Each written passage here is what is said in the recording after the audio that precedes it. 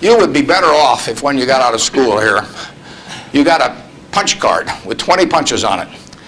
And every financial decision you made, you used up a punch. You'd get very rich because you'd think through very hard each one. I mean, you went to a cocktail party and somebody talked about a company, you didn't even understand what they did or couldn't pronounce the name, but they'd made some money last week and another one like it. You wouldn't buy it if you only had 20 punches on that card. There's a temptation to dabble, particularly during bull markets. In stocks, it's so easy. It's easier now than ever because you can do it online. Just you click it in and maybe it goes up a point and you get excited about that and you buy another one the next day and so on. You can't make any money over time doing that. But if you had a punch card with only 20 punches, you weren't going to get another one the rest of your life, you would think a long time before every investment decision. And you would make good ones and you'd make big ones. And you probably wouldn't even use all 20 punches in your lifetime, but you wouldn't need to. Testing. 1 million, 2 million. Okay.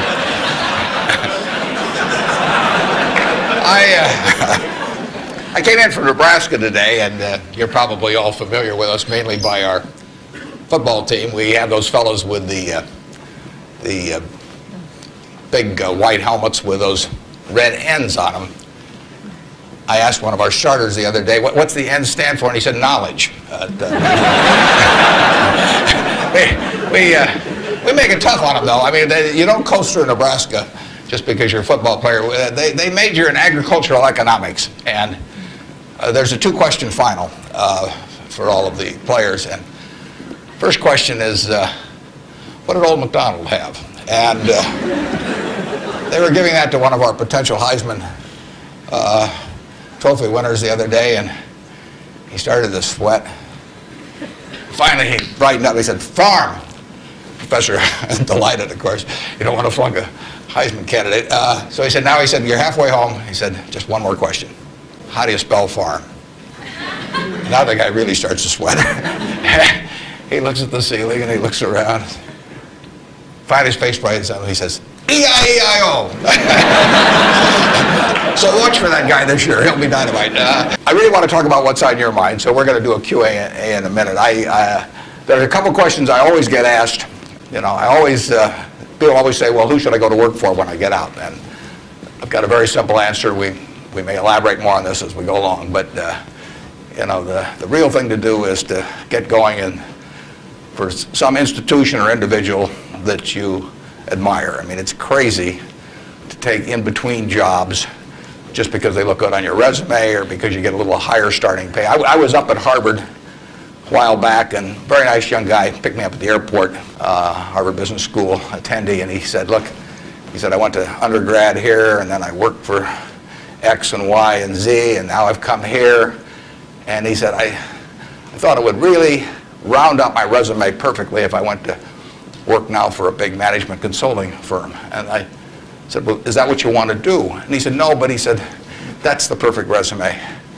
And I said, well, when are you going to start doing what you like? And he said, well, I'll get to that someday. And I said, well, your plan sounds to me a lot like saving up sex for your old age. It just doesn't make a lot of sense. I told that same group, I said, go to work for whomever you admire the most. And I said, you can't get a bad result. You'll jump out of bed in the morning and you'll be having fun. And Dean called me up a couple of weeks later. He said, what'd you tell those kids? He said, they're all becoming self-employed. So you've got to temper that advice a little bit. Play one game a little bit with me for just a minute, and then we'll get to your questions. I'd like for the moment to have you have you pretend I've made you a great offer, and I've told you that you could pick any one of your classmates, and you now know each other probably pretty well after being here for a while. You'd have 24 hours to think it over, and you can pick any one of your classmates, and you get 10% of their earnings for the rest of their lives. And I ask you what goes through your mind in determining which one of those you would pick.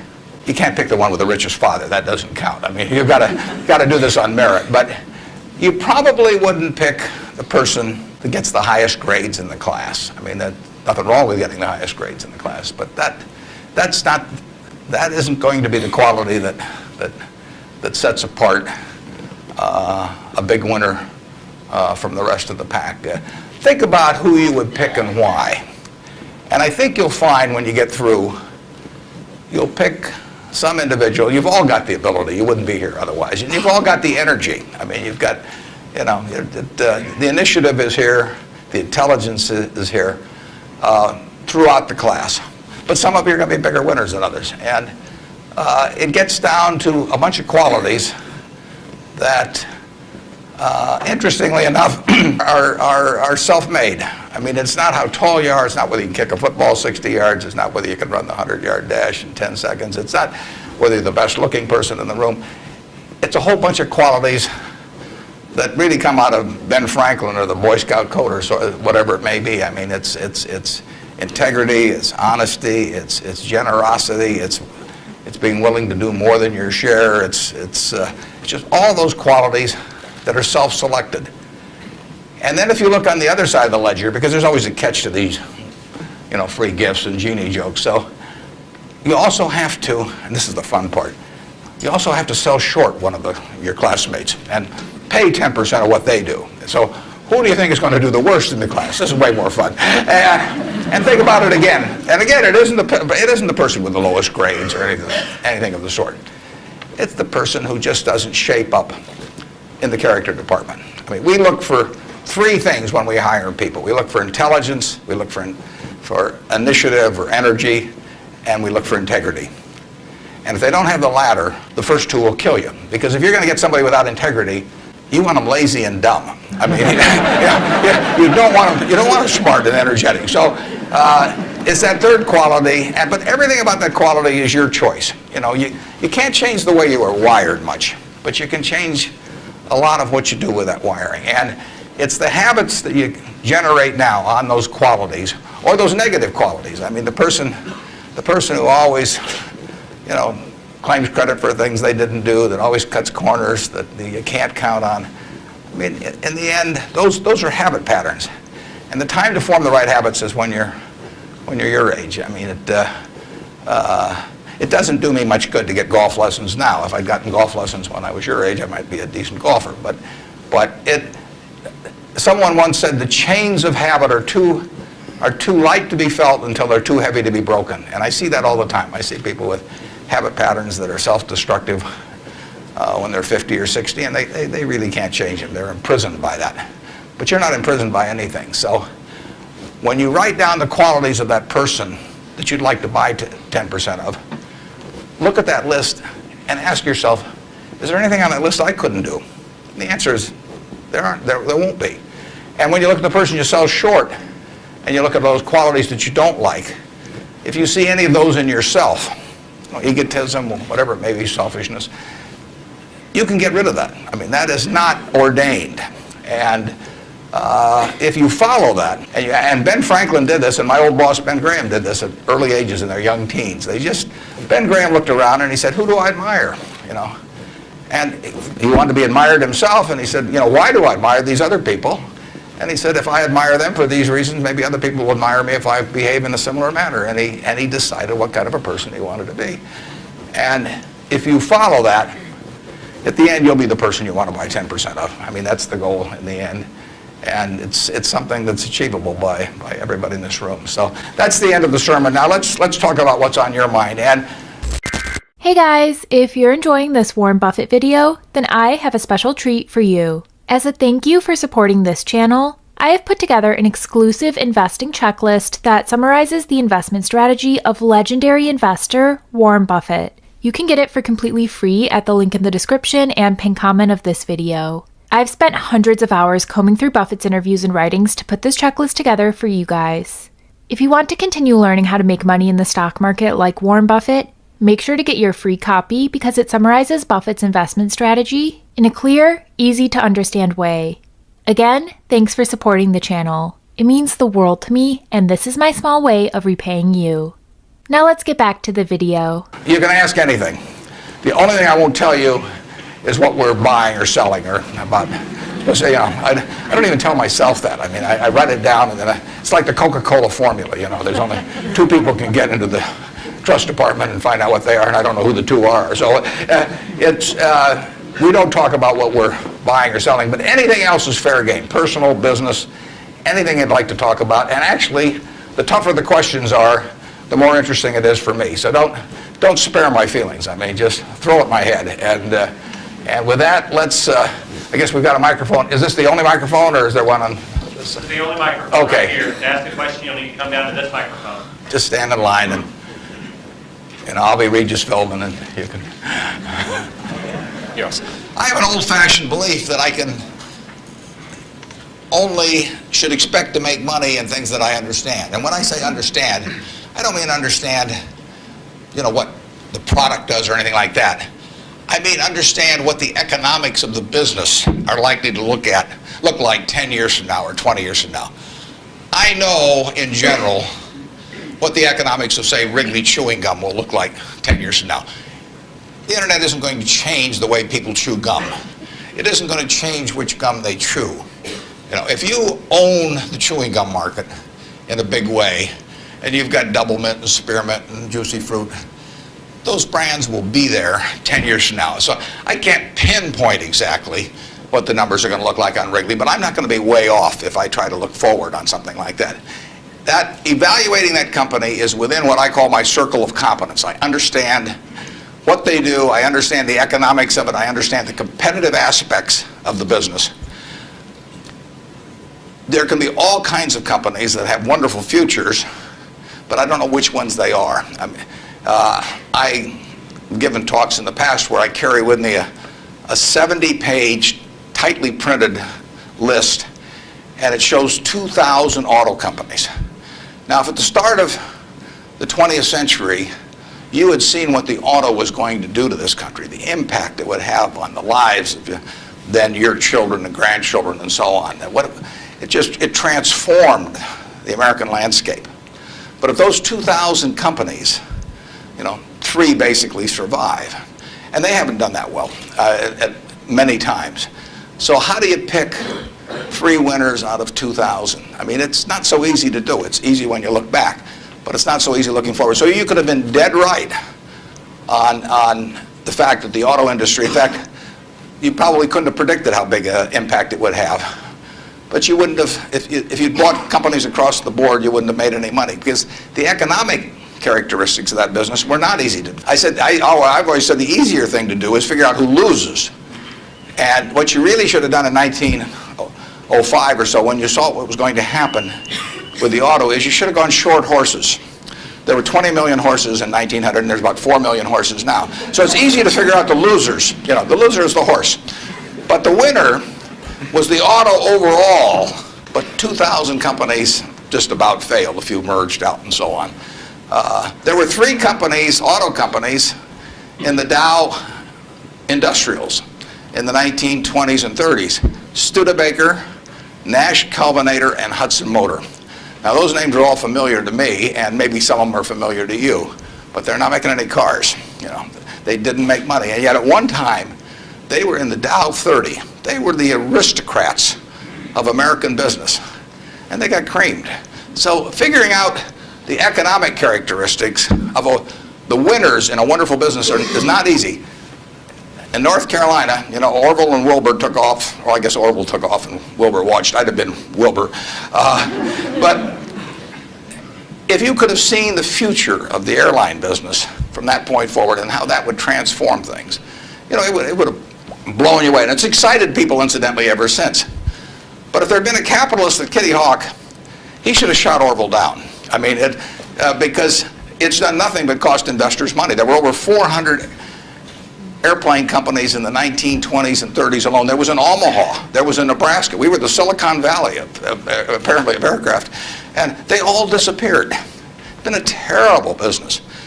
At the end of 1991, if you'd added up the aggregate earnings from all airline companies with billions poured in, since Wilbur and Orville were down there, they came to less than 0. The number of passengers went up every year. The importance of the industry was dramatically increased decade by decade, and nobody made any money. So figuring out the economic consequences. TV, I think there's, 20, 25 million sets a year sold in the United States. I don't think there's one of them made in the United States anymore. I mean, You'd say TV set manufacturer, what a wonderful business. I mean, everybody, nobody had a TV in 1950, or thereabouts, 45 to 50. Everybody has multiple sets now, but nobody in the United States has made any real money making the sets. They're all out of business. The Magnavoxes, the RCAs, all of those companies. Radio was the equivalent in the 20s. Over 500 companies making radios in the 1920s. Again, I don't think there's a U.S. radio manufacturer at the present time. But Coca-Cola, what was it, 1884 at Jacobs Pharmacy or whatever, the fellow comes up with something. A lot of copiers over the years, but now you've got a company that is selling roughly 1.1 billion 8-ounce servings of its product, not all Coke, Sprite, and some others, daily throughout the world 117 years later. So understanding the economic characteristics of a business is different than predicting the fact that an industry is going to do wonderfully.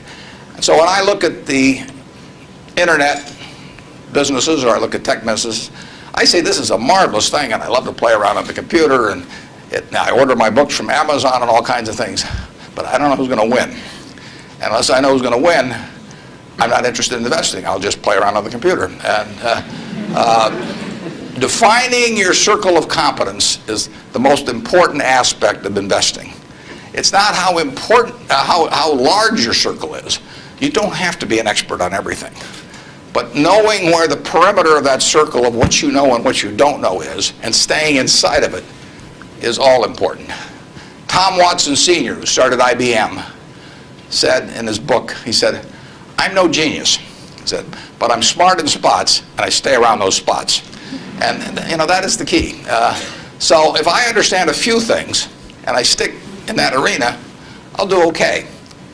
And if I don't understand something, but I get all excited about it because my neighbors are talking about it, the stocks are going up and everything, I start fooling around someplace else, eventually I'll get creamed, and I should. So now let's go over here. Hello, Mr. Buffett. I got two short questions. One is, how do you find intrinsic value in a company? Well, intrinsic value is what is the number that if you were all-knowing about the future and could predict all the cash that a business would give you between now and Judgment Day, discounted at the proper discount rate, that number is what the intrinsic value of a business is. In other words, the only reason for making an investment and laying out money now is to get more money later on, right? That's what investing is all about. Now, when you look at a stock, when you look at a bond, assuming it's the United States government bond, it's very easy to tell how much you're going to get back. It says it right on the bond. It says when you get the interest payments, it says when you get the principal. So it's very easy to figure out the value of a bond. It can change tomorrow if interest rates change, but the cash flows are printed on the bond. The cash flows aren't printed on a stock certificate. That's the job of the analyst, is to print out, change that stock certificate, which represents an interest in the business, and change that into a bond and say, this is what I think it's going to pay out in the future. When we buy, some new machine for Shaw to make carpet, that's what we're thinking about, obviously, and you all learn that in business school. But it's the same thing for a big business. If you buy Coca-Cola today, the company is selling for about $110 to $15 billion in the market. The question is, if you had 110 or 15 billion, you wouldn't be listening to me, but I'd be listening to you incidentally. But the question is, would you lay it out today to get what the Coca-Cola company is going to deliver to you over the next 200 or 300 years? The discount rate doesn't make much difference as you get further out. And that is a question of how much cash they're going to give you. It isn't a question of, it isn't a question of how many analysts are going to recommend it, or what the volume in the stock is, or what the chart looks like, or anything. It's a question of how much cash it's going to give you. That's the only reason. It's true if you're buying a farm. It's true if you're buying an apartment house. Any financial asset. Oil in the ground, you're laying out cash now to get more cash back later on. And the question is how much are you going to get, when are you going to get it, and how sure are you? And when I calculate intrinsic value of a business, when we buy businesses, and whether we're buying all of a business or a little piece of a business, I always think we're buying the whole business, because that's my approach to it. I look at it and say, what will come out of this business and when? And what you really like, of course, is them to be able to use the money they earn and earn higher returns on it as you go along. I mean, Berkshire has never distributed anything to its shareholders, but its ability to distribute goes up as the value of the businesses we own increases. We can compound it internally, but the real question is, Berkshire selling for, we'll say, 105 or so billion now. What can we distribute from that 100? If you're going to buy the whole company for 105 billion now, can we distribute enough cash to you soon enough to make it sensible at present interest rates to lay out that cash now? And that's what it gets down to. And if you can't answer that question, you can't buy the stock. You know, you can gamble in the stock if you want to, or your neighbors can buy it. But if you don't answer that question, and I can't answer that for internet companies, for example. There are a lot of companies, there are all kinds of companies I can't answer it for, but I just stay away from those. Number two. So you got formulas involved in finding intrinsic values on certain companies. I mean, you've got a mathematical system set up. Discounted present value of future cash, yeah. Okay. Second short question is, why haven't you written down your set of formulas or your strategies in written form so you can share it with everyone else? Well, I think I actually have written about that. If you read the annual reports over the recent years, in fact, the most recent annual report, I use what I've just been talking about. I use the illustration of Aesop. Because here Aesop was in 600 BC. Smart man. Wasn't smart enough to know it was 600 BC, though. I mean, would take a little foresight. But Aesop, you know, in between tortoises and hares and all these other things, he found time to write about, you know, birds. And he said, a bird in the hand is worth two in the bush.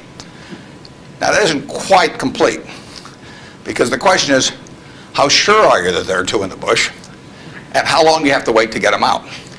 Now, he probably knew that, but he just didn't have time because he had all these other proverbs to write and had to get on with it. So, but he was halfway there in 600 BC. That's all there is to investing, is how many birds are in the bush, when are you going to get them out, and how sure are you? Now, if interest rates are 15%, roughly, you've got to get two birds out of the bush in 5 years to equal the bird in the hand. But if interest rates are 3%, and you can get two birds out in 20 years, it still makes sense to give up the bird in the hand, because it all gets back to discounting against an interest rate. Problem is, often you don't know, not only how many birds are in the bush, but in the case of the internet companies, there weren't any birds in the bush. But they still take the bird that you give them if in the hand. But I actually have written about this sort of thing, and stealing heavily from Aesop, who wrote it some 2,600 years ago, but I've been behind on my reading. Yeah. Good morning. I know you're famed for your success, but I was curious if there were any particular moments in your life that, or mistakes or failures that you've made that were particularly memorable, what you may have learned from them, and if you had any particular advice for the students here in dealing with discouraging circumstances. Yeah, I've made a lot of mistakes. Biggest mistake, well, not the biggest, necessarily the biggest, but buying Berkshire Hathaway itself was a mistake, because Berkshire was a lousy textile business, and I bought it very cheap. I'd been taught by Ben Graham to buy things on a quantitative basis. Look around for things that are cheap. And that I was taught that, we'll say in 1949 or 50. It made a big impression on me. So I went around looking for what I call used cigar butts of stocks. And the cigar butt approach to buying stocks is that you walk down the street and you're looking around for cigar butts, and you find this on the street, this terrible looking, soggy, ugly looking cigar, one puff left in it. But you pick it up and you get your one puff. Disgusting, you throw it away, but it's free. I mean, it's cheap. And then you look around for another soggy, one puff cigarette. Well, that's what I did for years. It's a mistake. Although you can make money doing it, but you can't make it with big money. It's so much easier just to buy wonderful businesses. So now I would rather buy a wonderful business at a fair price than a fair business at a wonderful price. But in those days, I was buying cheap stocks. And Berkshire was selling below its working capital per share. You got the plants for nothing, you got the machinery for nothing, you got the inventory and receivables at a discount. It was cheap, so I bought it.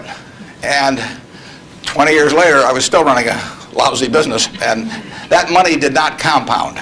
You really want to be in a wonderful business, because the time is the friend of the wonderful business. You keep compounding, it keeps doing more business, and you keep making more money. Time is the enemy of the lousy business. I could have sold Berkshire, perhaps liquidated it, and made a quick little profit, one puff.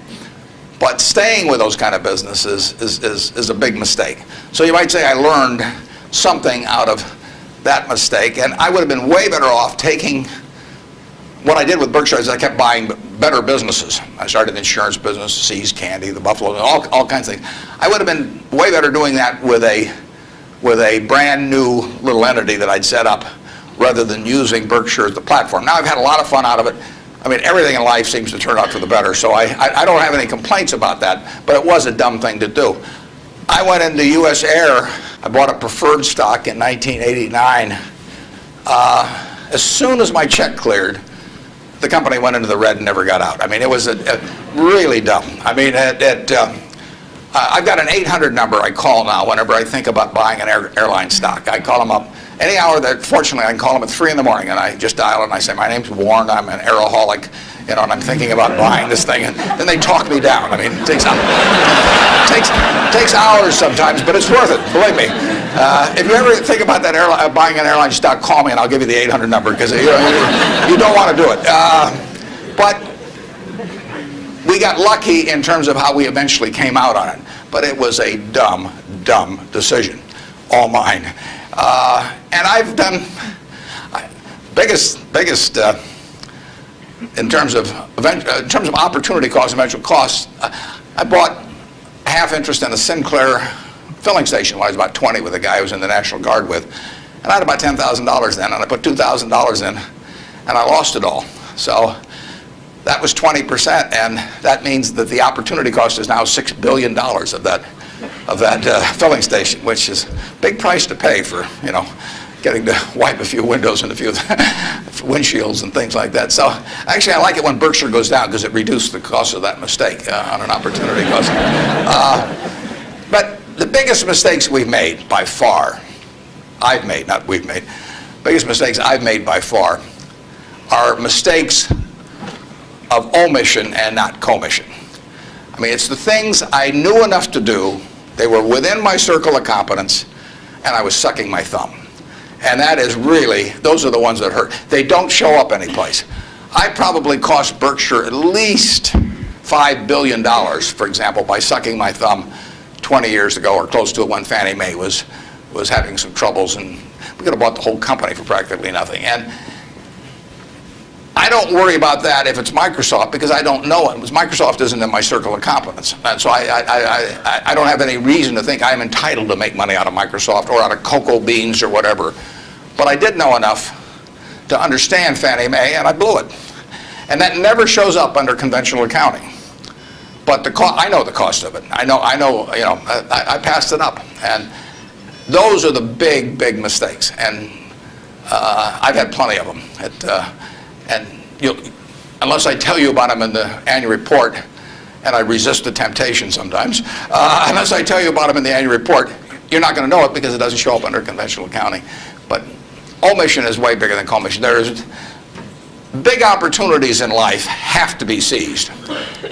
We don't do very many things, but when we get the chance to do something that's right and big, we've got to do it. And even to do it in a small scale is just as big a mistake almost as not doing it at all. I mean, you've really got to grab them when they come, because you're not going to get 500 great opportunities. You would be better off if when you got out of school here, you got a punch card with 20 punches on it, and every financial decision you made, you used up a punch. You'd get very rich because you'd think through very hard each one. I mean, you went to a cocktail party and somebody talked about a company, you didn't even understand what they did or couldn't pronounce the name, but they'd made some money last week and another one like it. You wouldn't buy it if you only had 20 punches on that card. There's a temptation to dabble, particularly during bull markets. In stocks, it's so easy. You know, it's easier now than ever because you can do it online. You know, just you click it in and maybe it goes up a point and you get excited about that and you buy another one the next day and so on. You can't make any money over time doing that. But if you had a punch card with only 20 punches, you weren't going to get another one in the rest of your life, you would think a long time before every investment decision. And you would make good ones and you'd make big ones. And you probably wouldn't even use all 20 punches in your lifetime, but you wouldn't need to. Yep. Mr. Buffett, good morning. In your comments about making mistakes and errors like that, can you talk a little bit about your sell discipline when you're in a position and you feel like it's no longer good? You know, what criteria to use when you just finally abandon it?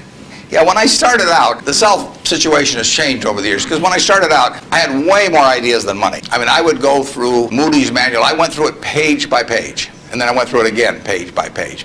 And I found stocks in there that I could understand that were selling at like 2 times earnings, even 1 times earnings. Well, when you only have $10,000, that can get a little frustrating. And if you don't like to borrow money, which I never like to borrow money, so I was always coming up with more ideas than I had money. So I had to sell whatever I liked least to buy something new that just was compelling to me. And for a long time, I was in that mode. And now our problem is we have more money than ideas. If you look at our annual report, which is on the internet at our homepage, BerkshireHathaway.com, you'll see something in the back called the Economic Principles of Berkshire. And you will see, which I believe in setting out for my partners. They are my partners. I don't look at them as shareholders. I look at them as partners. They're going to be my partners for life. So I want to tell them how I think. And if they don't agree with the way I think, that's fine. But I don't want them to be disappointed in me. So I lay out there and I say, in terms of our wholly owned businesses, we're not going to sell no matter how much anybody offers us for. I mean, if somebody offers us 3 times what something is worth, See's Candy, the Buffalo News, Borsheim's, whatever it may be, we're not going to sell it. I may be wrong in having that approach. I know I'm not wrong if I owned 100% of Berkshire, because that's the way I want to live my life. I've got all the money I could possibly need. It just amounts to a change in the newspaper story on my obituary and the amount of money that the foundation has. And to break off relationships with people I like and people that have joined me because they think it's a permanent home, to do that simply because somebody waves a big check at me would be like selling one of my children because somebody waved a big check. So I won't do that. And I want to tell my partners I won't do it so that they're not disappointed in me. More and more with certain stocks, we've got that approach. Now, if we were chronically short of funds and had all kinds of opportunities coming, we might have a somewhat different approach. But our inclination is not to sell things unless we get really discouraged perhaps with the management, or we think the economic characteristics of the business change in a big way. I mean, and that happens. So, but we're not going to sell simply because it looks too high, in all likelihood. I mean, you can't make that 100%, but that's the principle under which we're operating. We're generating right now $5 billion of cash a year at least. So it's $100 million every week. And just that we've been talking here half an hour and I haven't done a damn thing. It's the real question is, how do you put it out intelligently? And if we were selling things, it'd be just that much more. So there may come a time when that would change. But we want to, and I have partners, shareholders, partners, who would say, if you can get 3 times what See's Candy's worth, why don't you sell it? And that's why I want to be sure before they come in, they know how I think on that. I mean, they're entitled to know that. You really think for a minute, if you're going to get married, and you want a marriage that's going to last, not necessarily the happiest marriage, or one that Martha Stewart will talk about or anything, but you want a marriage that's going to last. What quality do you look for in a spouse? One quality. Do you look for brains? Do you look for humor? Do you look for character? Do you look for beauty? No. You look for low expectations.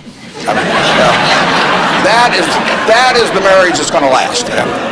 Both have low expectations. I mean, and I want my partners to be on the low side on expectations coming in, because I want the marriage to last. It's a financial marriage when they join me at Berkshire, and I don't want them to think I'm going to do things that I'm not going to do. So that's our guiding principle.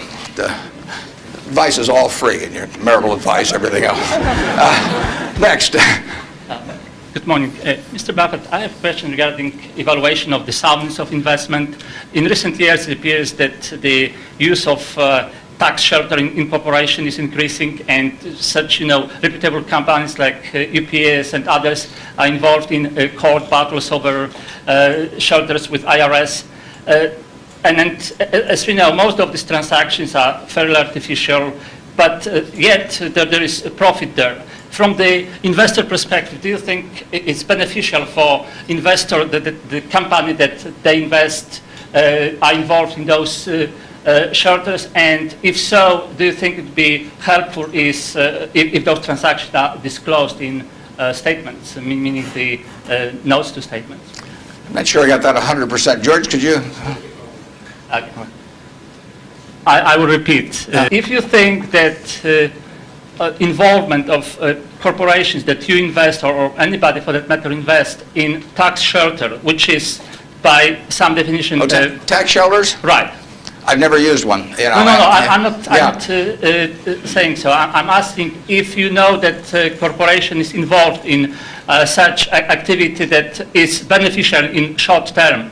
Would you think that that's helpful for investors? Well, there are perfectly legal ways to shelter taxes. I mean, we did and still do, but we were one of the earliest ones to go in for low-income tax housing credits. In fact, I met with first President Bush about that one, and that benefits us to a mild degree. It's not a big element of Berkshire. I mean, it's peanuts in terms of Berkshire's overall value, but it is a congressionally ordained tax benefit. I wouldn't call it exactly a shelter. It's a tax benefit that Congress has decided they're willing to offer businesses, and because they think it's the best way to generate low-income housing. So we participate in something, but it's not a big factor in what we do. And but there's nothing wrong with that. And then if you get into tax evasion, I mean, that's a whole different game. At that point, they ought to go to jail. You know. But certain businesses, some insurance companies are reincorporated in Bermuda, and you can save a lot of taxes. You have to meet certain other tests which we wouldn't want to meet. But if we were willing to meet those other tests, there's nothing illegal or immoral about us moving to Bermuda. We're not going to do it.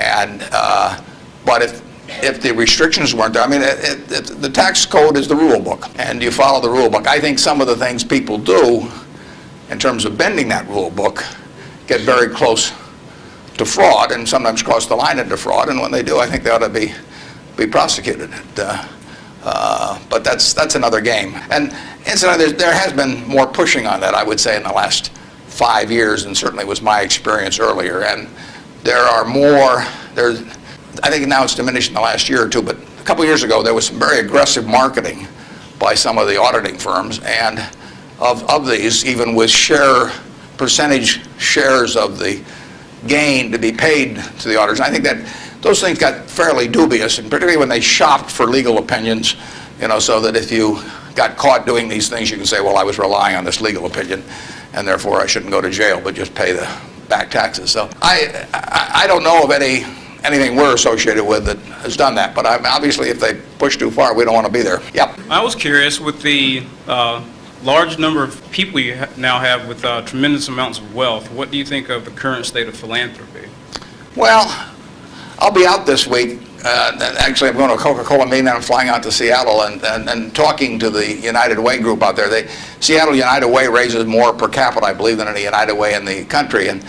And Bill Gates will be there. We're talking jointly. His mother was very active in United Way. But Bill is going to give away over $1 billion a year, and a lot more later on, but right now $1 billion. And it's very interesting. I mean, he is very rational about it, and he's very informed. In fact, he got somebody, I think his primary advisor in the medical field is a fellow who was with the CDC in Atlanta.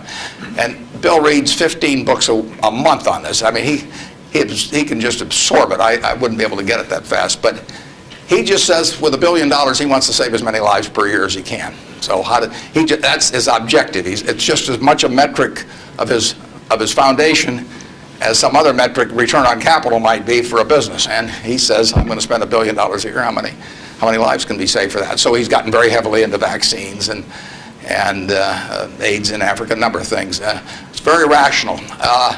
I personally think all of my 99-point-something% of my net worth will go to a foundation after the latter of my wife and I die. I mean, it's all going to go to a foundation. As far as I'm concerned, I got it from society. It's going to go to society.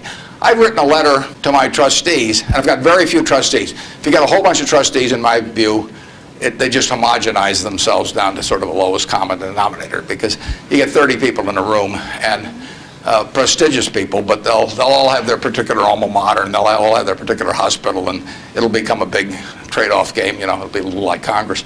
So I have very few people, and I don't give them anything specific, because I tell them their judgment above ground will be better than my instructions from 6 feet underground. So I don't like to think that, but it's true. So I tell them, look, the society are the ones that don't have a natural funding constituency or are just damned intractable and very difficult to solve. So I tell them I am not going to haunt them at all if they spend big money on some terribly important problem and they fail, because they're taking on tough problems. When I buy businesses, I'm buying easy businesses. But the reason the big problems of society are big problems is that they're damn tough to solve. So they're swinging at bad pitches. I'm swinging at easy pitches in business, but they have to swing at bad pitches. But I tell them I want them to try and do it. And if they fail, it doesn't bother me at all. I tell them if they give $1 million here and $1 million there and $1 million there, they're not going to sleep because I'm going to be haunting them. I'm going to come back every night. I do not want the eyedropper approach used to philanthropy. But I want them to use their judgment to look at important problems that do not have a natural funding constituency. If the government's going to fund it, fine. They should be funding important problems, but we won't need to do it. The role of private philanthropy, in my opinion, is to fund things that don't have the natural constituency, and that's what Bill's doing. There aren't a bunch of people around that you can make an emotional appeal to make vaccines available to millions and millions of kids around the world. It doesn't tug at anybody's heartstrings. You can't name buildings after them. It just isn't the sort of thing that you can raise money for on an emotional basis. And there's nothing wrong with raising money on an emotional basis. But that is a problem that won't get solved by a funding constituency that's responding to that. But Bill is responding to what in his mind is the important thing, which is saving lives, and he doesn't care whether he gets his name on a building or whether anything happens or whether anybody knows about it. He gets publicity just because of the scale he's on, but he doesn't care about that, I can promise you that. So that's my philosophy, is that I got this money not because I'm a superior human being, not because I've done more for society than other people. I was wired the right way to be dropped into the United States at this particular time. It's a huge capitalistic society, and I'm wired, no credit to me, but I was just born that way, so that I'm better at asset allocation than other people to some degree. Just like other people are better at all kinds of other things. And I was with 2 teachers out at Sun Valley that are doing more for society than I am, and this market system does nothing for them. Market system does all kinds of things for me. Gates says if I'd been born 5,000 years ago, I'd have been some animal's lunch, because I can't run very fast, and I can't climb trees. And I could tell that animal is chasing me, wait till we see how I can allocate assets, But it wouldn't have made any difference. So here I am, I'm born now, just very, very lucky. And the odds when I was born in 1930, the odds were 50 to 1 against me being born in the United States. That's a terrible set of odds to face. And yet I was dropped down here, And if I'd been dropped down in Peru or someplace or China, I wouldn't have had a chance. So society is what does it for you. And it should go back, in my view, it should go back to society. If you've been lucky enough to be dropped into a society where your particular wiring pays off big, that's just luck.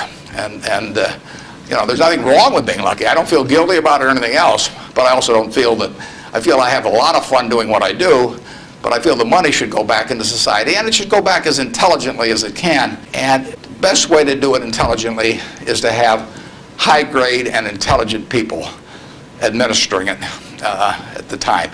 And you don't know the problems that are going to be out there 10 years from now or 20 years from now or 30 years from now, but I do know if I've got a small number of high-grade, smart people, and high-grade is more important. If you gave me 20 extra points of IQ, but cheated a little on the high grade, I wouldn't take it, because they got to be. There's so many chances to do things in a petty way, or to try to. People get subverted in their own minds to their own interests rather than the interests of the institution. So I really want super high grade people doing it, and I've got them. And I think the money might do a lot of good. It may do no good, but it'll be operating in fields where if it does some good, that good probably wouldn't have been done otherwise. Yep. I was just wondering, there's a lot of differences between the recent boom and bust in the stock market and the one in the 1920s, but there's also a lot of similarities. And those similarities are allowing people to draw the conclusion that stock prices will be depressed for some time to come. Where do you disagree and agree with that conclusion? Well, the whole century is quite interesting. If you take the 20th century, it was an unbelievable century for the United States.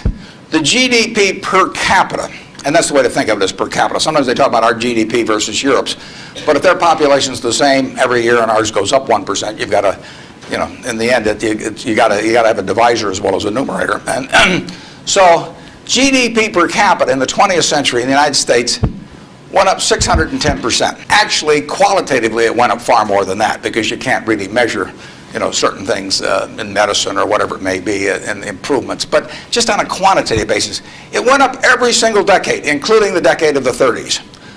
So here you had 100 years when basically the U.S. citizenry was improving their lot decade by decade by decade. The 30s, it was up 13%.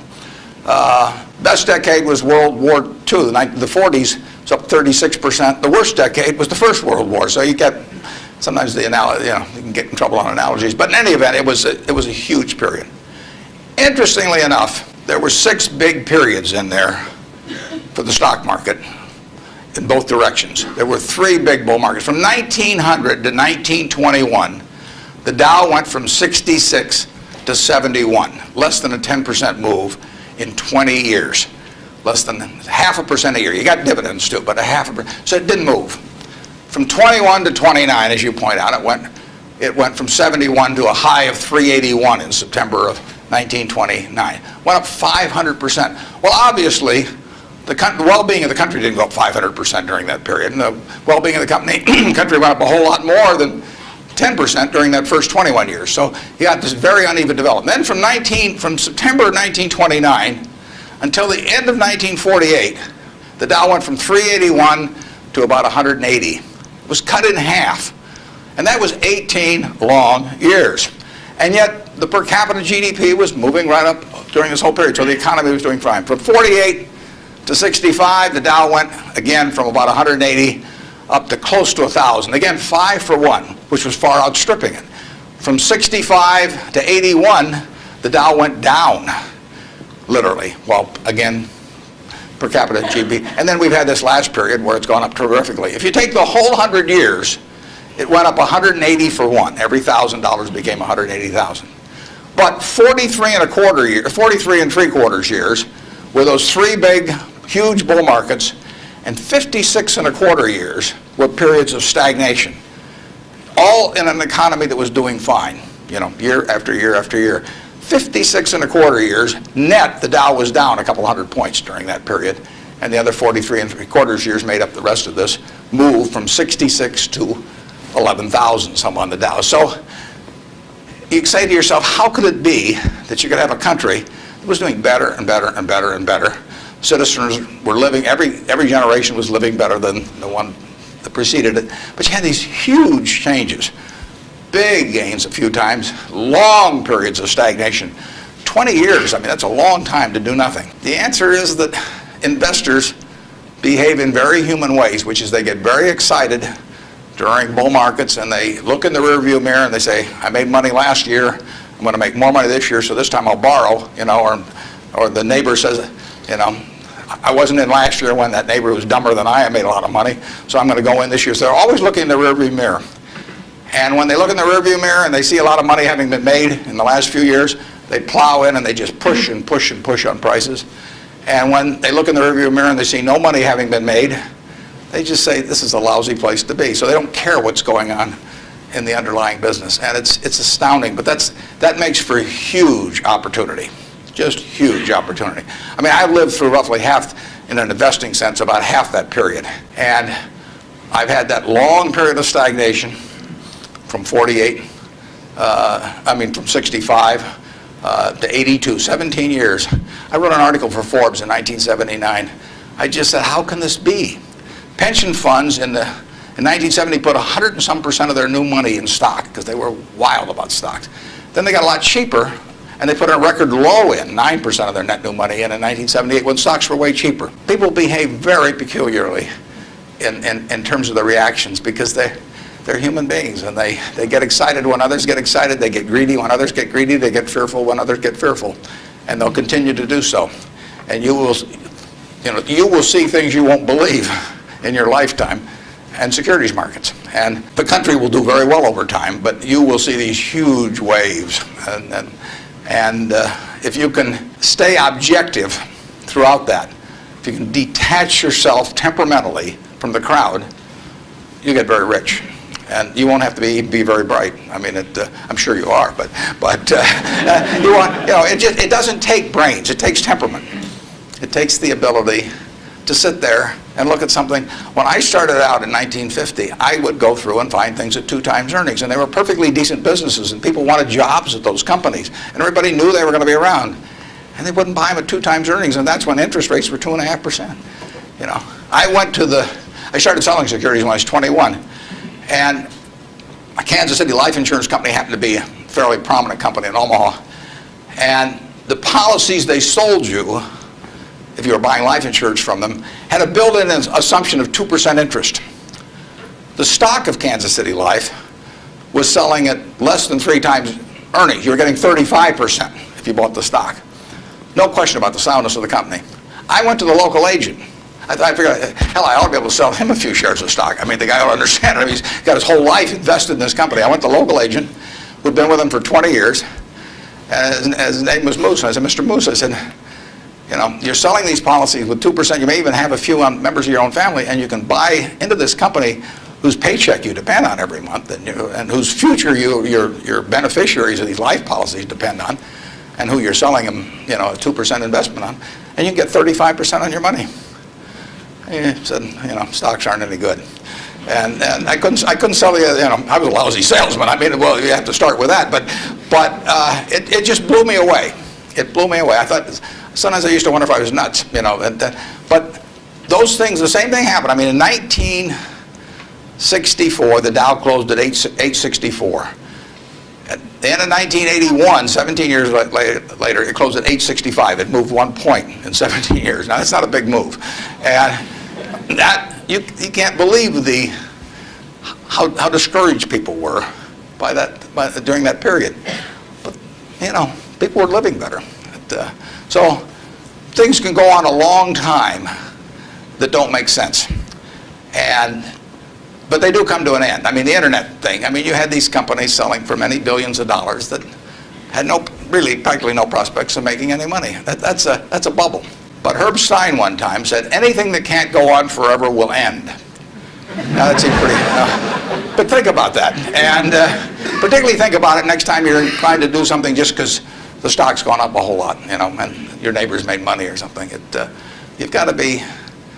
You just have to sit and think objectively and think about, would I buy this whole business? If it's an internet company that's got 100 million shares out and selling at 100, that's $10 billion. Is it worth $10 billion? If it's worth $10 billion, it's got to be able to give you, 700 or 800 million next year. And if it doesn't give you 700 or 800 million next year, it has to give you maybe 10% more than that the year after and continue to. There aren't a lot of businesses that can do that. And people just go crazy.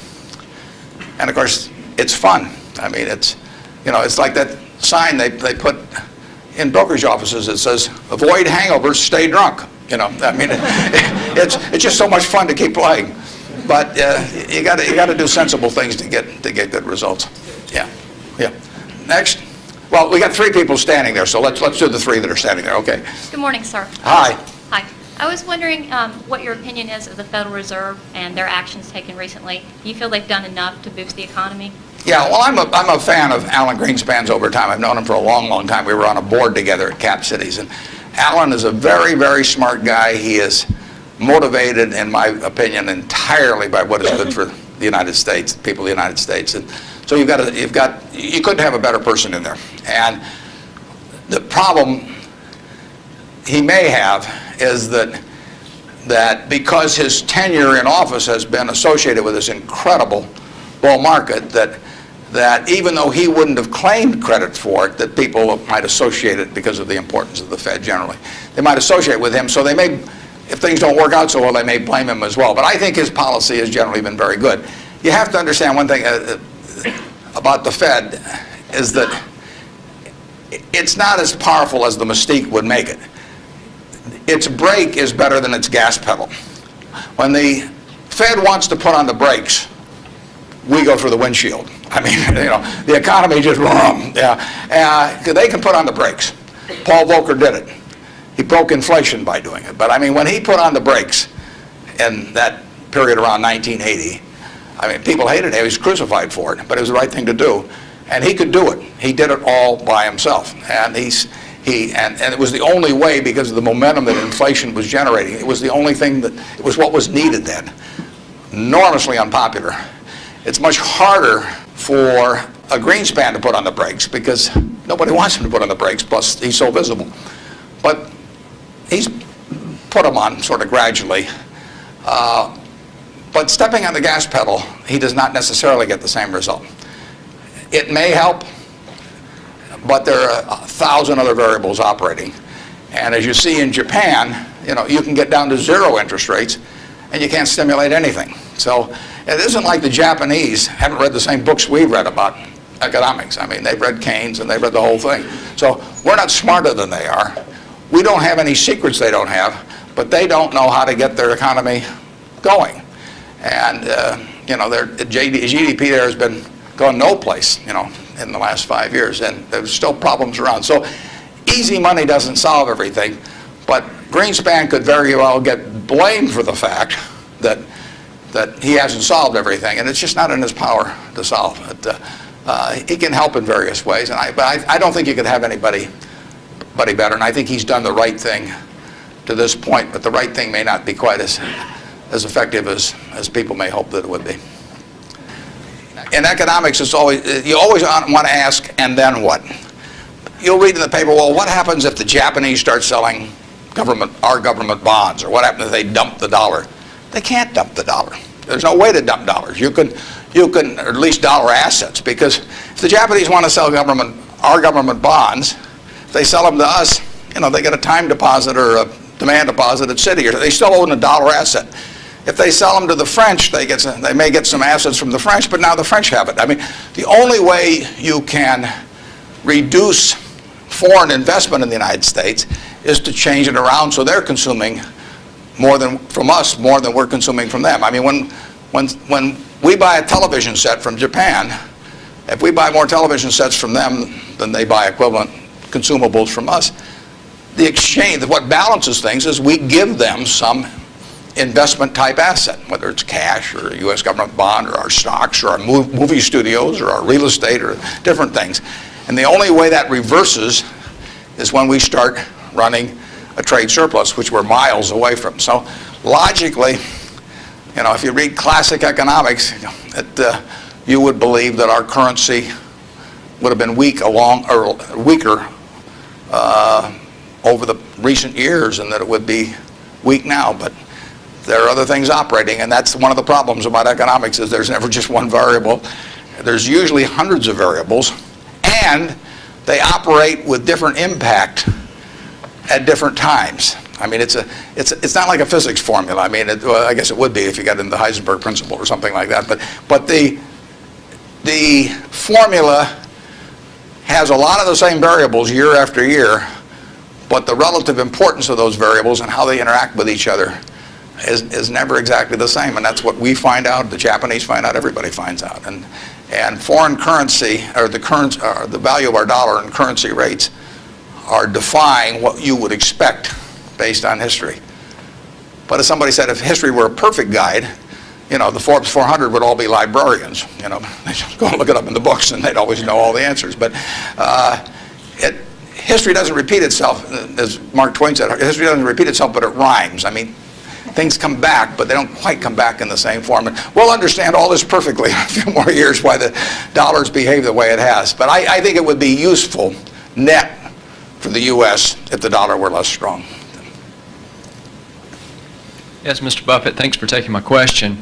My question pertains to small business, and my family's been in the truckload sector of transportation for about 50 years. And as you talked about the airline industry and all the mergers and acquisitions and things going on, and a lot of the smaller players being tossed out of the market, what do you see for people that, like in this room, for students that want to start a small business and maybe they want to start in a business that is somewhat of a commodity type business, but as businesses, the large corporations get larger and their efficiencies increase, how can a small business compete with these people? Yeah, in many areas, small businesses have an advantage. You know, in other businesses, scale has a huge advantage. And I mean, you don't want to be a tiny carbon steel producer. On the other hand, when mini mills came along and learned how to use scrap more effectively than the older methods of making steel, they actually had an advantage. So scale is a huge advantage in some businesses. It's, you know, the largest airlines haven't won. Southwest Airlines has won, starting with, you know, just a few planes flying down there between Houston and Dallas, and they have become bigger, but their ambition hasn't been to be the biggest. And you know, they probably buy their fuel at just as cheap as United, and they probably bought it, you know, when they're a lot smaller. Walmart is a classic example. I mean, who would have thought 25 years ago, 30 years ago? I mean, here was Sears with a 100-story plus building in Chicago, had access to money far cheaper than Sam Walton. I mean, Sam Walton's credit was not as good as Sears. Every supplier wanted to do business with Sears. Nobody had ever heard of Sam. Every real estate developer who was developing a new shopping center went first to Sears, you know, and Sam got the short end. So here's a guy starting in Bentonville, Arkansas, and he kills them over time. Just plain kills them. And disadvantage in buying, disadvantage in borrowing, disadvantage in real estate. Advantage, Sam Walton, and his ability to inspire, in the end, hundreds of thousands of people to be enthusiastic about going to work and doing the right things over time. So I would be just as optimistic about small business generally. Now, there's certain areas where scale is just plain important, but I see no disadvantage. We intentionally at Berkshire, we have 112,000 employees, more in Georgia than in any other state in the union, incidentally. We employ a lot up near Dalton, and we employ a lot of people in Macon at Geico. And we intentionally, with our 112,000 employees, we probably have, I don't know how many business units, but lots. And we only have 13.8 people at headquarters. I'm not the 0.8, incidentally. I resent it when people think that. I'm a full, but we have one woman that works 4 days a week. And that's all we have at headquarters, 112,000 people, 105 billion a market cap. But we intentionally keep our units small. We think, we want them to have the nimbleness, the responsiveness to the customer particularly, that will turn them, you know, that essentially will more than offset anything that the scale of having maybe a little more purchasing power or something will develop. We own a home furnishings business in Utah, run by a fellow named Bill Child. He was featured in Fortune about one issue ago. The cover story was God in Business. Bill was the #1 illustration. Bill took that business from his father-in-law when it was doing $250,000 a year, and he now has over half the business in Utah in his field, about close to $400 million. He built it by thinking about the customer. And the truth was, he was competing with Sears, he was competing with Levitt's, was a huge furniture retailer in the past. He was competing with everybody. But all he thought about from the moment he got up in the morning was, how do I take care of my customer? And that wins. We have a business in Omaha, some of you may have heard of. It's the largest home furnishing store in the world. In Omaha, which only has a SMSA of 650,000 people. It's on 72 acres. It does $325 million in one location, which happens to be $500 for every man, woman, and child in the SMSA, but it draws from beyond that. That business comes about, or has resulted, from an investment of $500 in 1937 by a woman who walked out of Russia in 1921. She walked out, got on a peanut boat, landed in Seattle with a tag around her neck. She couldn't speak one word of English. The American Red Cross looked at the tag. It said Fort Dodge, Iowa. They got her to Fort Dodge, Iowa. She couldn't pick up the language. She was there 2 years. She said she felt like a dummy. So she came to Omaha because there were other Russian Jews there, and she'd at least have somebody to talk to. Her little girl started school, Frances. Frances would come home at night and teach her mother the words she learned in school that day. That's how this woman, Rose Blumpkin, learned the English language, but from her daughter from kindergarten on, teaching her the words. She brought 7 siblings over from Russia, one at a time, $50 every time she saved $50. She sold used clothing and other works. She got her 7 siblings over, her mother and father, and by 1937, 16 years after she got here, she saved $500. She got on a train, went to Chicago, to the American Furniture Mart, which was this huge, impressive thing. She was smart as hell, but she thought like a peasant in a way, and she saw this building and she decided to name her company the Nebraska Furniture Mart. She went in and bought $500 worth of, she bought about $2,000 worth of merchandise. All the way back to Omaha, she worried because she thought, I owe $1,500, and she only had a $500 equity. So she got to Omaha. She took the bed, the sofa, the refrigerator out of her own home to sell fast so she could get the money so she could pay on time. She took that business and built it from that start. No one would sell to her. She went into court 4 times because they tried to, the carpet manufacturers tried to keep her from selling at a discount, and she went into court and told the judge, because she figured out ways to buy this stuff in various nefarious ways from had other people buy it for her, and she said, look, I pay $3 a yard for this carpet. Brandeis sells it for $6.98. She says, I sell it for $3.98. Just tell me, Judge, how much you want me to rob people. She defended herself. Papers wrote it up. The judge bought carpet from her the next day. I mean, it was marvelous. Brandeis isn't selling anymore. They were the huge department store in Omaha. She put everybody out of business. And the punchline, she worked till she was 103. She sold me the business when she was 89. And she didn't have an audit. I went out to see her one afternoon. I took a check out with me because I knew she wanted to do something. And I said, Mrs. B, here's the money. I said, I don't need an audit. Just tell me whether you owe any money. She said, I've never owed any money since I owed those guys back in 1937. And she said, it's all free and clear. She'd never seen a balance sheet. She didn't know what accounting terms meant, but she understood the nature of the business. And I told her, I said, I'd rather have your word, than an audit from every one of the big 6 or big 8 or whatever there were, the number at the time of the top auditing firms. And she worked till she was 103. She died at 104. She had 3 siblings at her funeral. I mean, those are some genes. Her son works there now. He's 82 or 3, and the 3 sisters are all alive. But the punchline is, she couldn't read or write. This woman could not read or write. If you told her this room was 68 feet by 43, she would tell you how many square yards it was like that. She never went to school a day in her life.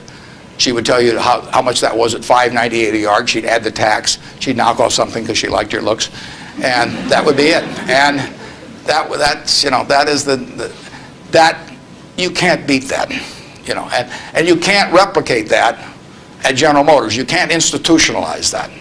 The person who brings that kind of drive to a business and does it day after day and thinks about their customer, and that's all she did. She raised 4 kids in the process too, but you can't. It can't miss. And no, you don't have to worry if you're an entrepreneur. In most fields, there's some fields where you can't do it because there are scale aspects to it. But in most fields, you'll kill people. Bob Shaw did that with Shaw. Nobody ever heard of Shaw in carpet 30 years ago, and he's got 40% of the carpet business in the country.